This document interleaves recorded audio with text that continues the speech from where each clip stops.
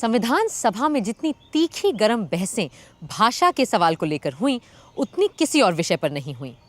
देश की राजभाषा, प्रदेशों की राज्य भाषा, मुख्तलिफ सूबों के बीच संपर्क की भाषा जैसे टेढ़े सवालों पर तमाम तरह के विचार थे, तमाम तरह की बातें। पर देश की भाषा और ख़ास करके हिंदी, हिंदुस्तानी और अंग्रेज़ी को लेकर तो झगड़ा संविधान सभा के बनते ही शुरू हो गया था। 10 दिसंबर 1946 को संविधान सभा की दूसरी बैठक में ही जब प्रोटेम स्पीकर डॉक्टर सच्चिदानंद सिन्हा अध्यक्षता कर रहे थे, एक अजब बखेड़ा खड़ा हुआ। सभापति महोदय, मैं चाहता हूं कि संशोधन में क्या मैं माननीय सदस्य से ये पूछ सकता हूं कि क्या वो अंग्रेजी नहीं जानते? मैं अंग्रेजी जानता हूं, मगर हिंदुस्तानी में बोलना चाहता हूं। बहुतेरे सदस्य हिंदुस्तानी नहीं जानते। उदाहरण के लिए श्री राजगोपालाचारी को ही ले लीजिए। जो हिंदुस्तानी नहीं जानते उन्हें हिंदुस्तान में रहने का अधिकार ही नहीं है। जो लोग यहाँ भारत का विधान निर्माण करने के लिए आए हैं और हिंदुस्तानी नहीं जानते, वे इस सभा के सदस्य होने योग्य नहीं है। बेहतर होगा कि वो सभा छोड़कर चले जाए। ऑर्डर। सभापति महोदय, मेरा संशोधन यह है कि प्रोसीजर कमेटी अपने नियम पहले हिंदुस्तानी में बनाए और उसके बाद उसका अंग्रेजी में अनुवाद किया जाए। प्लीज। एक भारतीय होने के नाते मैं ये अपील करता हूं कि जो इस देश को आजाद करने के लिए तुले हैं, उसके लिए संघर्ष कर रहे हैं, उन्हें अपनी भाषा में सोचना और बोलना चाहिए। Order. I do not permit you to proceed anymore. आपको मेरी बात सुननी पड़ेगी। Resume इस your देश की seat भाषा now. हिंदुस्तानी ही होगी। Resume your seat just now. Dhulekar साहब, आप जो कहना चाहते थे आप कह चुके हैं। देखिए पंडित जी, अब मेहरबानी करके इस हाउस की इज्जत रखिए और अपनी जगह पर बैठ जाइए। धुलेकर साहब, हाउस में इज्जत रखना बहुत जरूरी है। ये कोई झांसी की आम सभा नहीं है जहां जोर जोर से भाइयों और बहनों चिल्लाकर भाषण झाड़ना शुरू कर दें। समझे? आइए, चलिए। देखिए पंडित जी, चलिए। पंडित नेहरू चाहते थे कि हिंदुस्तानी देश की राजभाषा बने। बरसों से महात्मा गांधी भी भारत भर में हिंदुस्तानी जबान और नागरी लिपि के प्रचार प्रसार में लगे हुए थे। वो जानते थे कि एक दिन आज़ाद हिंदुस्तान में हमें राष्ट्रभाषा और राजभाषा का सवाल सुलझाना होगा। और अपनी शहादत के थोड़े ही दिनों पहले उन्होंने हरिजन अखबार में इस बात पे लिखा भी था। हिंदुस्तानी भाषा को न संस्कृत निष्ठ हिंदी बनाना चाहिए, न फारसी भरी उर्दू। इसे तो दोनों का एक मीठा सा मिश्रण होना चाहिए।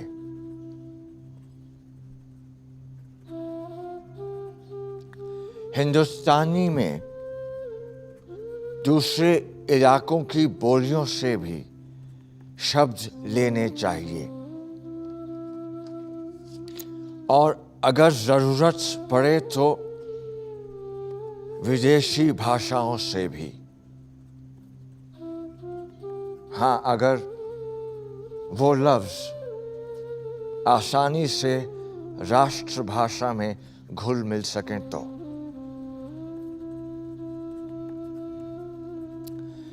इस तरह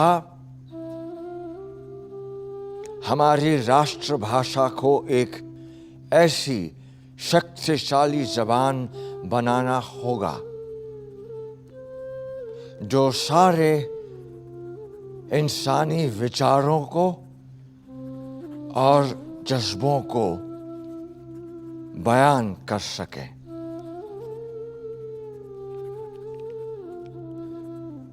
सिर्फ हिंदी तक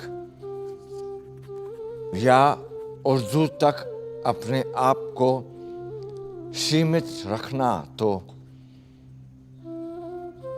देश की अक्ल और आत्मा के साथ अपराध होगा। मार्च 1947 में ही फंडामेंटल राइट्स सब कमेटी की बैठक में ये तय किया गया कि हिंदुस्तानी संघ की राजभाषा और सरकारी कामकाज की भाषा होगी, जिसे नागरिक अपनी पसंद से देवनागरी या फारसी लिपि में लिख सकेंगे। अंग्रेजी तब तक दूसरी राजभाषा होगी जब तक संघ इसे कानूनन ज़रूरी समझे। पर जैसे ही देश हिंदुस्तान और पाकिस्तान में बटा, हिंदुस्तानी ज़बान भी बट गई, हिंदी वालों में, उर्दू वालों में। और क्योंकि पाकिस्तान ने उर्दू को अपनी राष्ट्रभाषा घोषित कर दिया था, हिंदी वालों ने तो ठान लिया कि उर्दू को वो पाकिस्तान भेज कर ही दम लेंगे। सभापति महोदय, अब जबकि हिंदुस्तान के 2 टुकड़े हो ही चुके हैं, तो हम इस बात को देखना चाहते हैं कि जो कॉन्स्टिट्यूएंट असेंबली बनी थी और उसका जो दृष्टिकोण था, क्या वो वैसा का वैसा आज भी रहना चाहिए या उसमें कुछ तब्दीली होनी चाहिए। उस वक्त मैंने कहा था कि हमारी असेंबली की भाषा हिंदुस्तानी होनी चाहिए। मैं आपके सामने अब ये बात पेश करूंगा कि आप कृपा करके इस पर विचार करें कि अब हमारी भाषा और उसके साथ क्या स्क्रिप्ट या लिपि होनी चाहिए। मिस्टर धूलेकर, मैं समझता हूं जो सवाल हमारे सामने पेश हैं, आप उससे बहुत दूर चले गए हैं। इस वक्त जो चीजें हमारे सामने पेश हैं, उसके संबंध में क्या कहना चाहते हैं आप?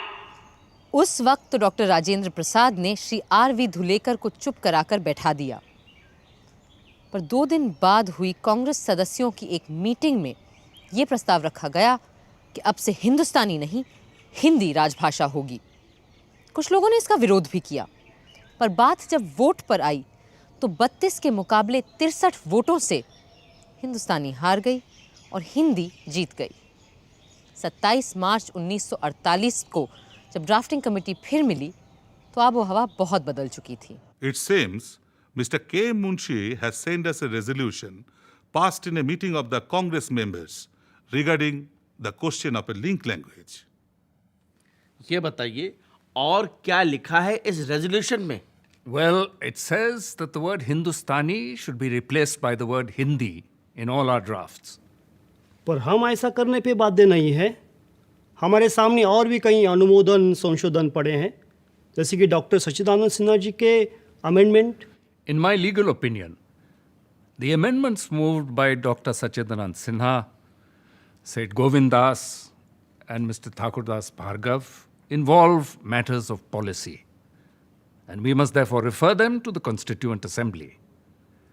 But the resolution sent by Mr. Munshi is a matter of procedure, and this committee can take a decision about that. और आपका क्या कहना है doctor Ambedkar? If you ask me, I will say we cannot deny the fact that Congress has an indisputable majority. And if they are bent upon changing Hindustani to Hindi, we will have to come around sooner or later. Then why not sooner than later? इस तरह बिना संविधान सभा की सहमति के drafting committee ने हिंदुस्तानी शब्द हटाकर अपने मसौदों में हर जगह हिंदी लिखना शुरू कर दिया।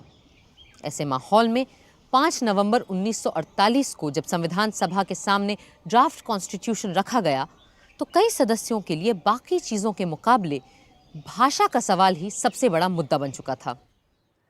महोदय,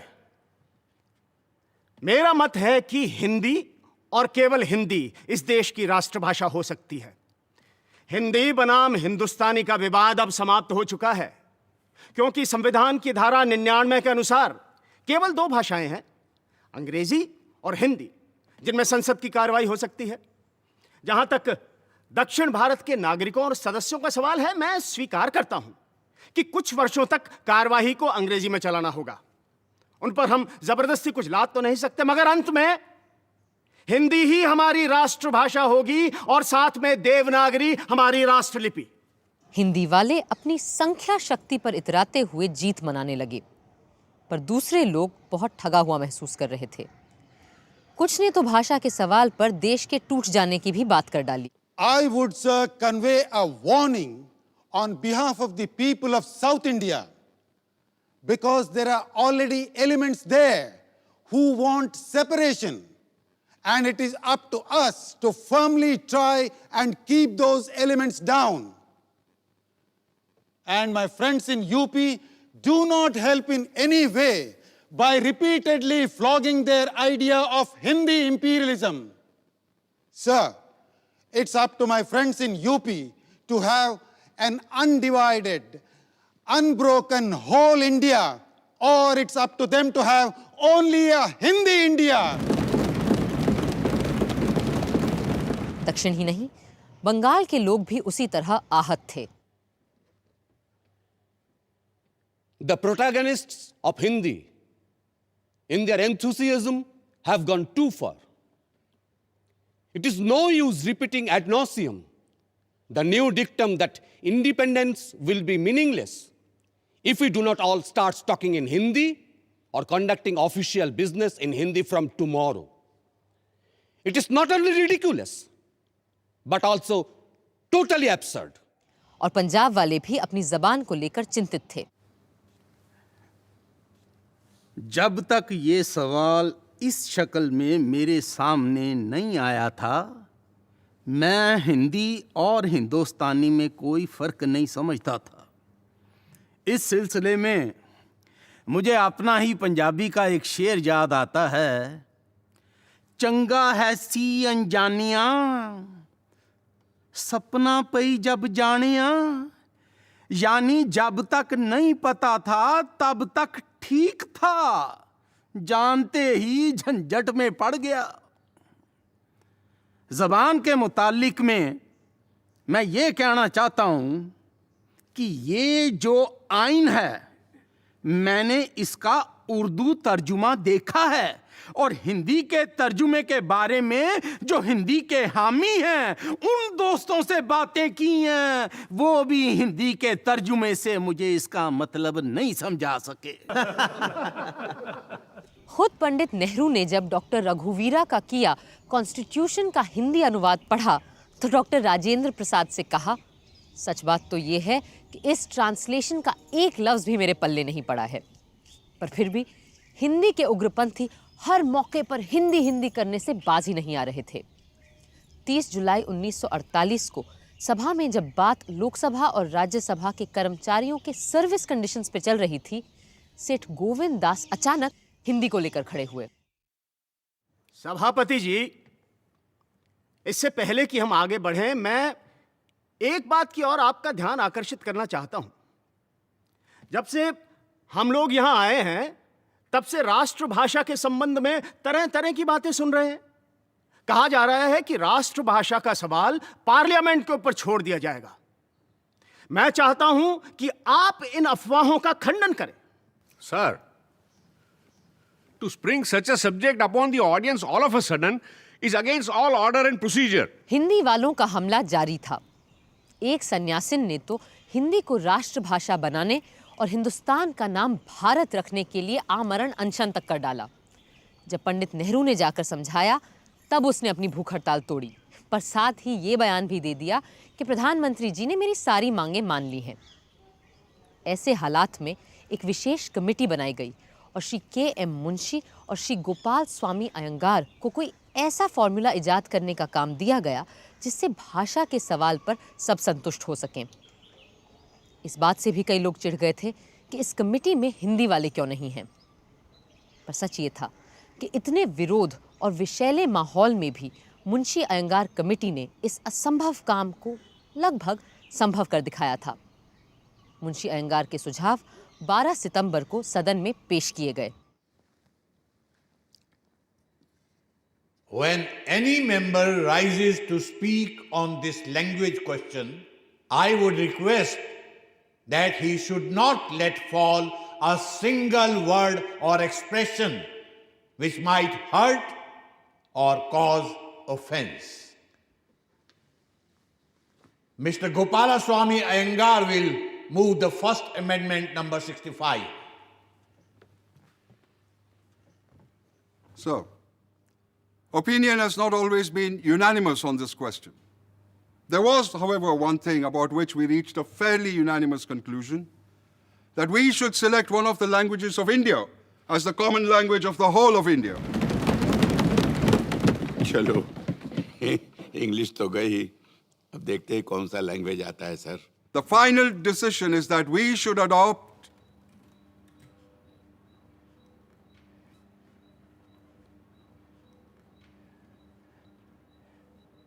Hindi as the language for all official purposes of the Union under the Constitution. The subsidiary decisions were that we had to keep English going for a period of 15 years until Hindi could establish for itself a position in which English stands today. No. So, I move that the official language of the Union shall be Hindi in the Devanagari script, and the form of numbers shall be the international form of Indian numerals. So, the whole world, with one or two exceptions, have adopted the international form of the Indian numerals. It is but right that we should keep in step with the whole world, or it should really be the other way. The whole world is already in step with us, who really gave these numerals to the world. Here. Now, sir, a few words regarding the language of the courts. Lawmaking and law interpretation require an amount of precision, and a number of expressions and words have acquired a certain definite meaning. And until we reach that stage in regard to the Hindi language, and I do not think at present Hindi language is anywhere near it, my own feeling is that English language will last in forms of bills and laws and interpretation of such laws, but not for much longer than 15 years.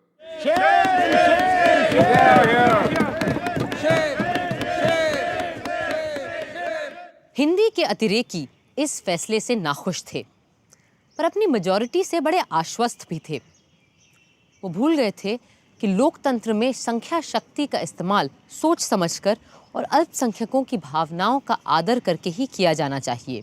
भाषा का विषय 95% हल हो गया है महोदय, और जो 5% बाकी है उसमें कुछ सैद्धांतिक बातें हैं। उन सिद्धांत की बातों को यदि हमारे दक्षिण भारत के माननीय सदस्य और दूसरे प्रांतों के सदस्य स्वीकार नहीं करते तो उन्हें हमें भी वैसी ही स्वतंत्रता देनी चाहिए कि हम भी अपने सिद्धांतों पर अडिग रहें, और बिना किसी प्रकार की कटुता आए हम ऐसी बातों को बहुमत से निपटा लें।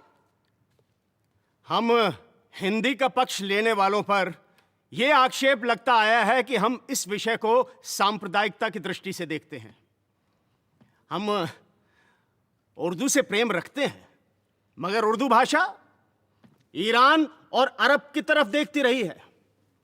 उर्दू भाषा केवल मुसलमानों की अकेली भाषा है, यह मैं नहीं कहता, मगर मैं यह अवश्य कहूंगा कि हिंदी के समर्थक सांप्रदायिक नहीं हैं। जो उर्दू का समर्थन करते हैं वे सांप्रदायिक हैं। यह बात सत्य है कि सेकुलर स्टेट को हमने मान लिया है, मगर हमने इसका यह अर्थ तो कभी नहीं समझा कि सेकुलर स्टेट मानना अनेक संस्कृतियां मानना है। इस देश में हजारों वर्षों से एक ही संस्कृति चली आई है और यह परंपरा अभी तक कायम है। इस परंपरा को रखने के लिए और इस बात का खंडन करने के लिए कि हमारी दो संस्कृतियां हैं, हम इस देश में एक भाषा, एक लिपि रखना चाहते हैं। और यूं भाषा का सीधा सादा सवाल एक मजहबी सवाल भी बना दिया गया। You cannot make a language suitable for a modern world simply by a legislative vote. The suitability of the language requires great thinkers, great writers, philosophers, literateurs, dramatists, scientists, and many others. So I believe, without giving any offense, that Hindi is a language which is in a very rudimentary condition in this respect. And I submit that besides Hindi, there are other claimants. Naziruddin Ahmad साहब, हम संस्कृत पर और संस्कृत में आपके विचार सुनना चाहते हैं। Thank you very much for anticipating me. If we have to adopt, why should we not adopt world's greatest language? और इसे राष्ट्रभाषा के रूप में अपनाना चाहिए या नहीं, क्योंकि आजकल संस्कृत कोई बोलता तो है नहीं। Yes. And for that simple reason that it is impartially difficult to all. Bengal के श्री नजीरुद्दीन अहमद संस्कृत के विद्वान थे और हिंदी भी जानते थे, पर हिंदी न जानने वाले दक्षिण के मेंबरान के हाल तो और नाजुक थे। Sir, my respectful submission is that today Hindi is only a regional language and a provincial language. And just because it is being spoken by about 10 crores of people out of 32 crores, we are raising it to the level of common language. I would call all languages spoken in India as our national languages. खुद UP से आए हिंदुस्तानी भाषी जनाब हिफ्जुर रहमान भी पशो पेश में थे। जनाबे वाला, मुझे याद है और मैं भूला नहीं हूं कि जब 30 जनवरी को वो अजीम और बहुत बड़ा हादसा पेश आया जब किसी जालिम ने गांधी जी को हमसे छीन लिया। उस हादसे से तकरीबन 3 रोज पहले गांधी जी से बिरला हाउस में मेरी बात हुई थी। तब महात्मा गांधी ने मुझसे कहा था कि मुल्क में अमन हो गया है और मुझे बहुत खुशी हुई है कि जिस तरह आपने दिल्ली में अमन कायम करने के लिए मेरा साथ दिया है, उसी तरह हिंदुस्तानी ज़बान के प्रचार के लिए भी हिंदुस्तान भर में कोशिश करनी होगी और इसमें आप लोगों को मेरा साथ देना होगा। उस वक्त मैंने उनसे कहा था, हम आपके साथ हैं। लेकिन आज यहां पर हिंदी को उसी हिंदुस्तानी की जगह रखा जा रहा है और गांधी जी के और कांग्रेस के 30 साल तारीख के खिलाफ गलत कदम उठाया जा रहा है। ये मालूम हुआ है कि हिंदी का मतलब उस जबान से है जो संस्कृताइज्ड हो, जिसमें उर्दू, अरबी, फारसी के अल्फाजों की जगह नए अल्फाज लाए जाएं। मेरे भाई सेठ गोविंद दास जी ने कहा कि उर्दू से उन्हें बहुत प्रेम है, लेकिन उर्दू मुसलमानों की जबान है। श्रीमान, मैंने ये कभी नहीं कहा कि उर्दू मुसलमानों की भाषा है। एक खास फिरके की जबान मानकर ही आपने एतराज किया था। इससे तो बाहर की चीजें ही जाहिर होती हैं।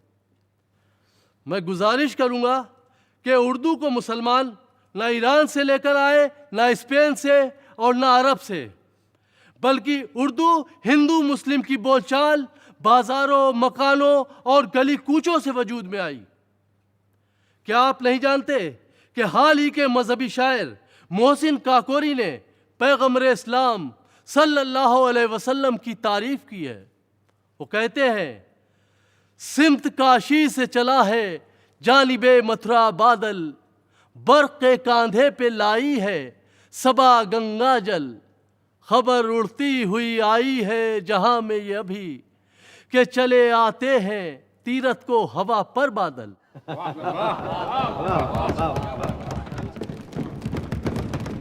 इस शायरी में गंगा और मथुरा का जिक्र आया है और शायर ने मक्का, मदीना और जमजम को काशी, मथुरा और गंगा जल के रंग में दिखाया है।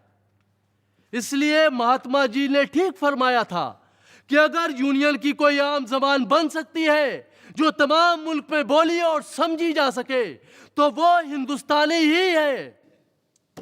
बहस मुबाहिसे और नोक झोंक का सिलसिला अगले दिन भी जारी रहा। हिंदी के समर्थक अंग्रेजी को हटाने की 15 साल की मियाद के भी सख्त खिलाफ थे। उन्हें देश में हिंदी चाहिए थी और आज अभी इसी वक्त चाहिए थी।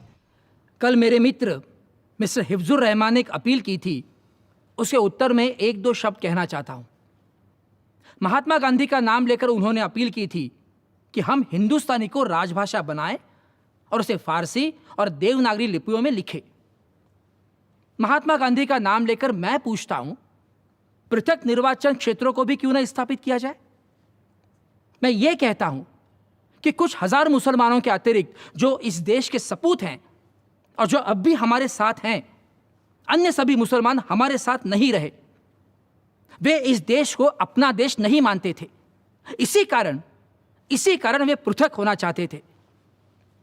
मैं ये कहता हूं कि मैंने कल जो सुना वो सांप्रदायिक आधार को मानकर कहा गया था। मौलाना आजाद और किदवाई साहब समान हमारे कुछ मित्रों को छोड़कर how this is relevant? इसका तुक क्या है? ऑनरेबल मेंबर, अब अगर अपनी बात खत्म कर दें तो ज्यादा बेहतर होगा। आपने बहुत अनाप शनाप बातें की हैं और हाउस अब आपको और सुनने के मूड में नहीं है। इन्हीं शब्दों के साथ मैं अपने संशोधनों को प्रस्तुत करता हूं कि देवनागरी लिपि तथा हिंदी अंकों के साथ हिंदी भाषा को सीधे सीधे स्वीकार किया जाए, क्योंकि कोई भी और भाषा भारत की राजभाषा हो ही नहीं सकती। Sir, before this unfortunate controversy was precipitated, I took it as axiomatic that Hindi would be accepted as the national language of this country.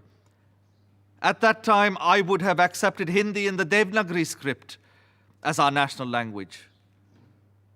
But today, I have moved away from that.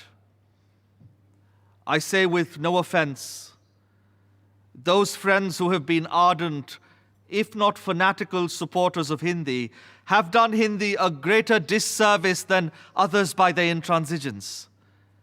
By their intolerance, they have created an attitude of resistance to something which should have been naturally accepted as our national language.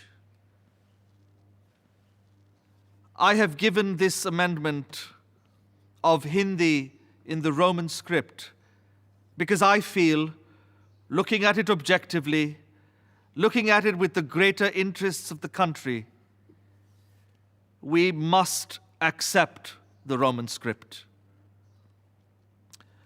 But as I say, it will require courage and vision. It will require a need to resist reactionary sentiments and forces.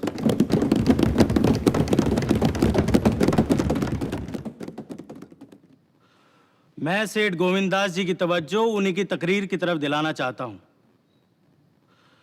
सन 1945 की budget speech में इन्होंने ये कहा था कि मुझे बड़ा अफसोस है कि मैं अपनी तकरीर हिंदुस्तानी में नहीं कर सकता।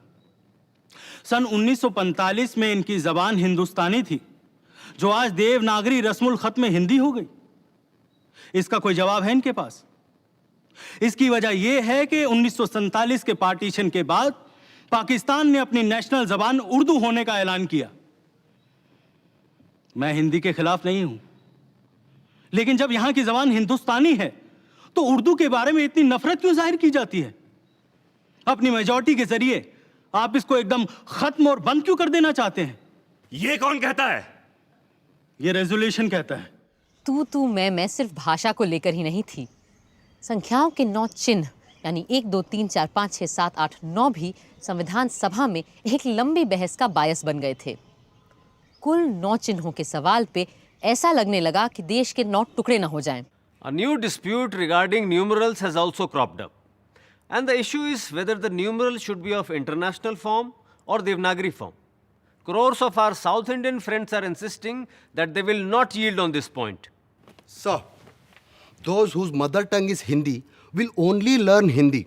But we in the South, we have got to study not only Hindi, but also our own mother tongue.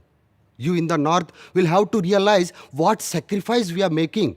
Sir, with these words, I appeal to Hindi-speaking people to give up their attitude of domination and dictation and adjust themselves. Doctor Shyama Prasad Mukherjee केवल बंगाल ही नहीं पूरे देश के बड़े नेता और विद्वान थे, और उनका भी कहना था कि किसी एक भाषा को दूसरी जबानों के ऊपर तरजीह नहीं दी जा सकती।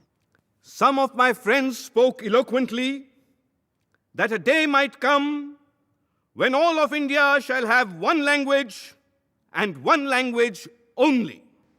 Frankly speaking, I do not share that view. If it is claimed by anyone that by passing an article in the Constitution of India, one language is going to be accepted by all by a process of coercion, I say, sir, that will not be possible to achieve. Unity and diversity is India's keynote and must be achieved by a process of understanding and consent. You will not call it provincial if I say that I am proud of my own language. It is a language that has been enriched by many noble writers for centuries past. It is the language of Vande Mataram, the language of our national poet, Rabindranath Tagore. It is the language of India. That is your language.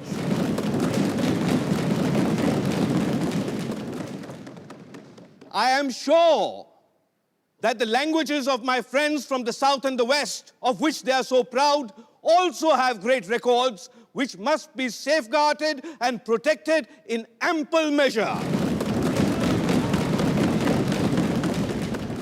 Much has been made about the numerals. We are having a minor war over numerals. The continuance of the international numerals, which have come back to the country of their birth in somewhat modified form, is vitally necessary for our own interest. You have got your statistics, scientific work, commercial undertakings, bank accounts, audits. You have so many other things in respect of which the use of international numerals is necessary. All that we have recommended is the acceptance of a formula which we feel is fair and just to all. गैर हिंदी भाषी लोग सिर्फ इतनी मांग कर रहे थे कि संख्याओं को अंतर्राष्ट्रीय ढंग से लिखने की छूट दे दी जाए, पर कुछ लोग इतनी छूट देने के लिए भी तैयार नहीं थे। What is all this nonsense about Hindi numerals, I say? May I tell you, sir, that these international numerals are older than the numerals you so fondly hug today?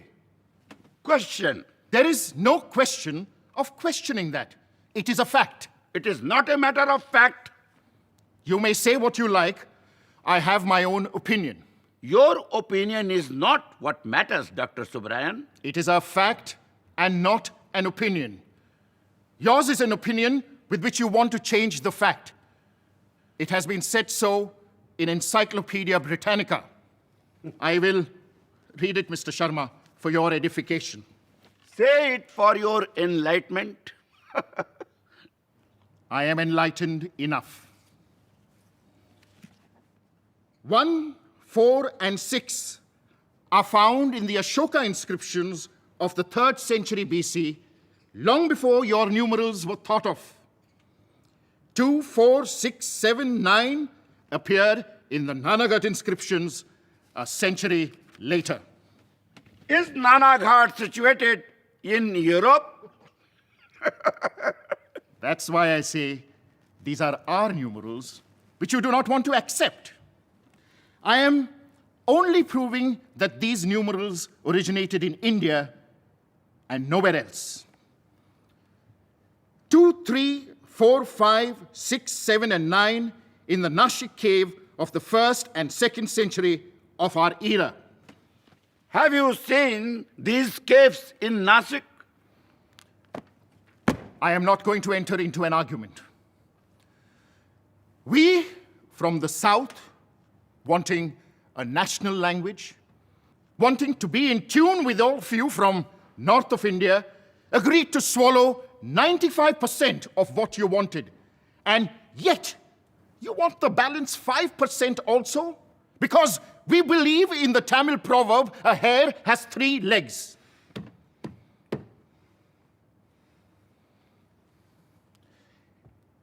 If I tell you what happened to me, you will understand my anxiety.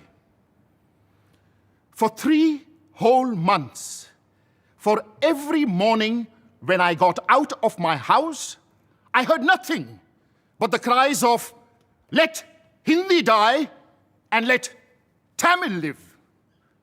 Let Subbarayan die and let Rajagopalachari die. Let Subbarayan die and let Rajagopalachari die." भाषा के टेढ़े सवाल पर पंडित जवाहरलाल नेहरू की चिंता थी कि हम भारत की एकता को आगे रखते हुए कैसे अपनी अनेकता को भी कायम रखें। असली चुनौती यही है। Language is a most intimate thing. It is perhaps the most important thing which society has evolved, out of which other things have taken growth. It is a unifying factor, and it is also a factor promoting disunity. It is an integrating factor, and it is a disintegrating factor, as between 2 languages, as indeed between 2 countries.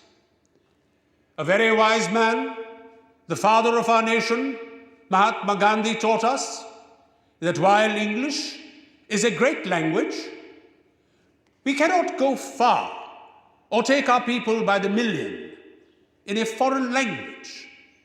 We have to think in doing our national work in our own various languages, and more particularly in the language you may choose for all India use. This language should represent the composite culture of India. Therefore, he used the word Hindustani. Is your approach going to be democratic? Or is it going to be authoritarian? Because in some of the speeches that I have listened to here, there is very much a tone of authoritarianism, very much a tone of the Hindi-speaking areas being the center of things in India, the center of gravity, and others being just the fringes of India. This is not only an incorrect approach, but it is a dangerous approach. Sir, Hindi के विरोध में आजकल दक्षिण भारत में एक जबरदस्त अभियान जारी है।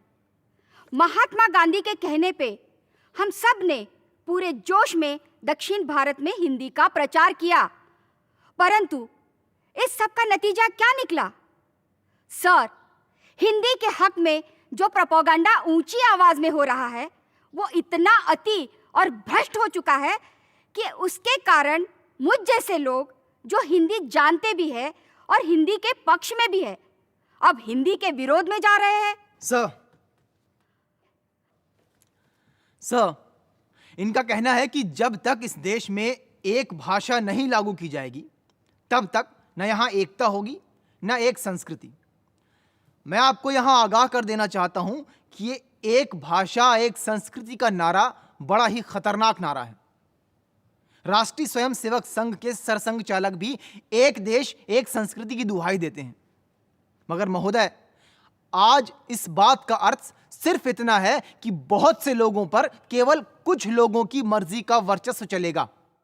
मुझे लगता है कि मेरे मित्र ख्याली दुश्मनों के वार के खिलाफ तलवार भांज रहे हैं।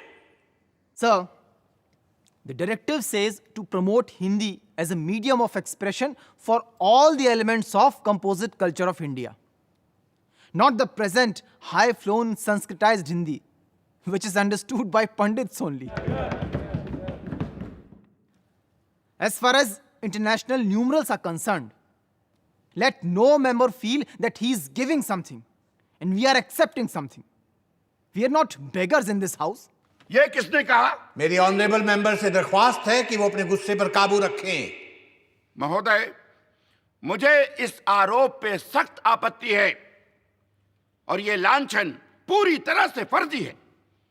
श्री शंकर राव देव अपने आप ही पहले तो दानव खड़े कर रहे हैं और फिर आप ही उन पर तलवार चला रहे हैं। फिर भी ये कोई वजह नहीं हुई। If it is so imaginary and if it does not touch him, why is he so angry? The very fact that he is angry and he has lost his temper shows that whatever I have said touches him to the quick. हर जबान का अपना मसला था, अपने डर थे, अपनी समस्याएं थीं। बंटवारे के बाद सूबा पंजाब और पंजाबी जबान की भी अपनी मुश्किलें थीं। Sir, I am one of those who have withdrawn their support from Hindi in Devanagari script simply because of the fanaticism and intolerance of those who support it. If it is left to the states, I am talking of the Punjab particularly, to choose any language, the danger is that the majority of a section of our people who deny that Punjabi is their mother tongue might adopt Hindi, which is not their main language, as the official language of the state. My fear is that Punjabi would not have its own status if it is left to the state legislature. When the Sikh community wanted that the Punjabi language might be considered as the official language of Punjab, the result was that the Hindus said it was no language at all. It was only a dialect of the Hindi language. That surprised me most, because in 1932, the Punjab University had appointed a commission, and that had made a clear report that it was one of the richest languages of this country. Thank you. छोटे छोटे अल्पसंख्यक समुदायों की भाषाओं के अपने दावे थे, जैसे कि आदिवासियों की भाषाएं। Mr. President, sir, I feel that I would not be discharging my duties properly if I didn't plead to the House that in Schedule 7A, some of the Adivasi languages, which are spoken not just by a few, but literally by millions, should also be included. These languages are Mundari, Gondi, and Oraon. Sir, all I plead to this House is simply this, that the languages spoken by the most ancient people living in this country should find a place of honor in the schedule. भाषा के सवाल पे शायद सबसे उम्दा भाषण मौलाना अबुल कलाम आज़ाद का था। वो न सिर्फ पाए के विचारक, अदीब, भाषाविद थे, बल्कि शिक्षा मंत्री होने के नाते भाषा पे जो भी फैसला होता उसे लागू करना उन्हीं की जिम्मेदारी थी।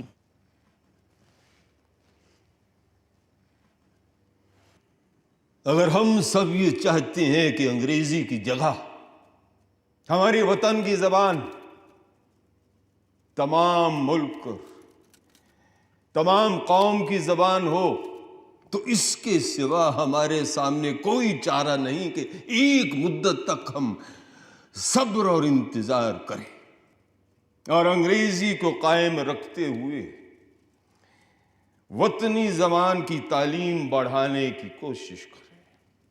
अब एक मुल्क या कौम की जिंदगी में 15 बरस की मुद्दत कौन सी बड़ी मुद्दत हुई, ये तो 15 दिन से भी ज्यादा नहीं।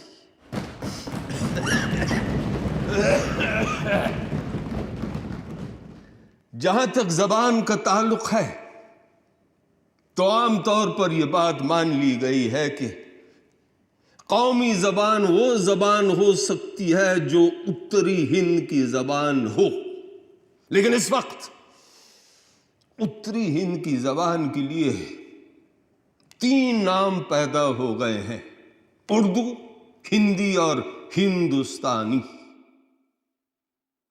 हिंदुस्तानी अपने वसी दामन में उत्तरी हिंद की जबान के तमाम रंग और रूप ले सकती है। उसमें हिंदी भी आ सकती है, उसमें उर्दू भी आ सकती है और इसके सिवा एक नए फैलाव की गुंजाइश भी रह जाती है।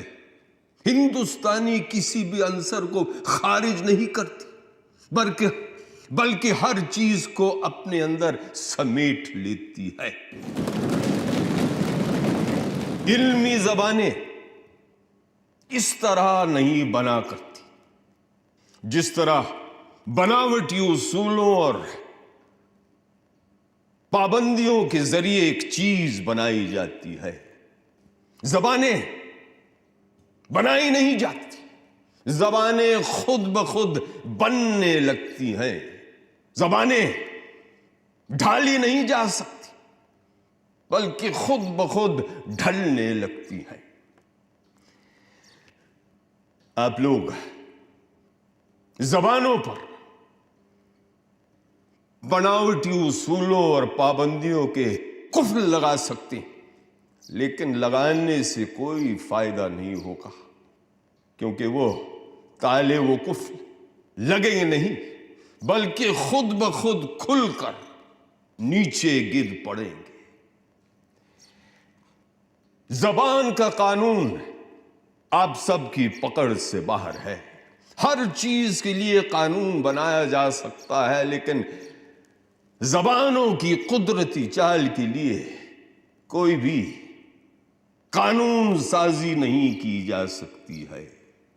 जबानें खुद ब खुद अपने लिए एक रास्ता इख्तियार कर लेती हैं और फिर उसी रास्ते पर चलते चलते अपनी मंजिले मकसूद तक पहुंच सकती है। खुद गांधी जी का और कांग्रेस पार्टी का इसी राय पर अमल रहा, और जब कॉन्स्टिट्यूशन के सिलसिले में यह बात कांग्रेस पार्टी के सामने आई तो मैंने कुदरती तौर पर इसी राय पर जोर दिया। मुझे तवक्को थी कि कम से कम कांग्रेस के पुराने साथी अपनी जगह से नहीं हिलेंगे, गांधी जी के सिद्धांतों पर जमे रहेंगे। लेकिन अफसोस, मैं अपनी ये बात आप सबसे छुपा नहीं सकता कि मुझे बेहद मायूसी हुई ये देख करके चंद गिने हुए कदमों के सिवा बाकी तमाम कदम अपनी जगह से हिल गए थे। बिलाखिर ये मामला ड्राफ्टिंग कमेटी के सुपुर्द कर दिया गया और उस कमेटी से दरखास्त कर दी गई कि कॉन्स्टिट्यूशन के इस हिस्से का एक नया मसवदा तैयार किया जाए और फिर पेश किया जाए। और इस कमेटी में कुछ नए मेंबरान भी बिठाए गए, उनमें से एक मैं था। इस कमेटी के पहले इजलास में भी मैं शरीक रहा,